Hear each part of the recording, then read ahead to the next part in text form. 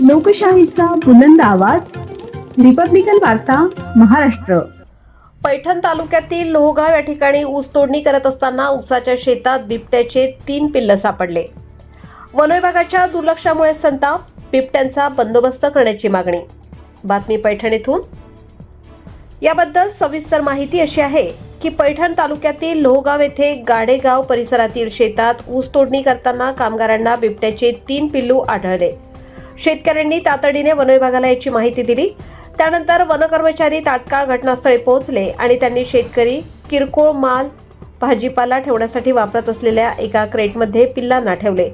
परंतु काही तासांनी ते वन विभागाच्या हलगर्जीपणामुळे पिल्ले क्रेटमधून गायब झाली. दिनांक 24 फेब्रुवारी मंगळवारी रोजी पंचगंगा साखर कारखान्यातील कामगार शेतकरी अक्षय भवर यांच्या शेतात ऊस तोडणी करत होते. त्यावेळी एका कुरणात पिल्ले आढळली.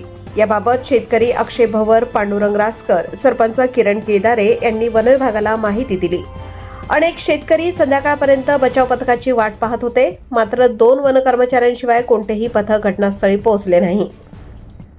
बिबट्यामुळे परिसरात भीती निर्माण झाली असून या परिसरात तात्काळ पिंजरा लावण्याची व तातडीने उपाययोजना करण्याची मागणी काकासाहेब रासकर, अक्षय भवर, सोमनाथ रासकर, बाजीराव अप्पासाहेब शिंदे, रहिवासी आणि इतर शेतकऱ्यांनी केली आहे. वन विभागाच्या निष्काळजीपणामुळे आज दाट जंगल असणाऱ्या वनराईची कत्तल केली जाते. म्हणून वन विभागामार्फत संरक्षण मिळत नसल्याने हे प्राणी पक्षी उपजीविकेसाठी अशी शेतकऱ्यांच्या शेतात दबा धरून बसतात व त्यांच्या भीतीने परिसरात दहशत निर्माण होते. नागरिकांना जर वन विभागाच्या मदतीची गरज लागल्यास वनपरिक्षेत्र अधिकारी कार्यालय पैठण वन्यजीव येथे संपर्क करण्यासाठी गेलो असता कार्यालयात सहजासहजी ते उपलब्ध नसतात. ऑफिस प्रामुख्याने बंदच असते, यात काही शंका नाही. रिपब्लिकन वार्ता महाराष्ट्र न्यूज साठी पैठण प्रतिनिधी राहुल गिरे, छत्रपती संभाजीनगर.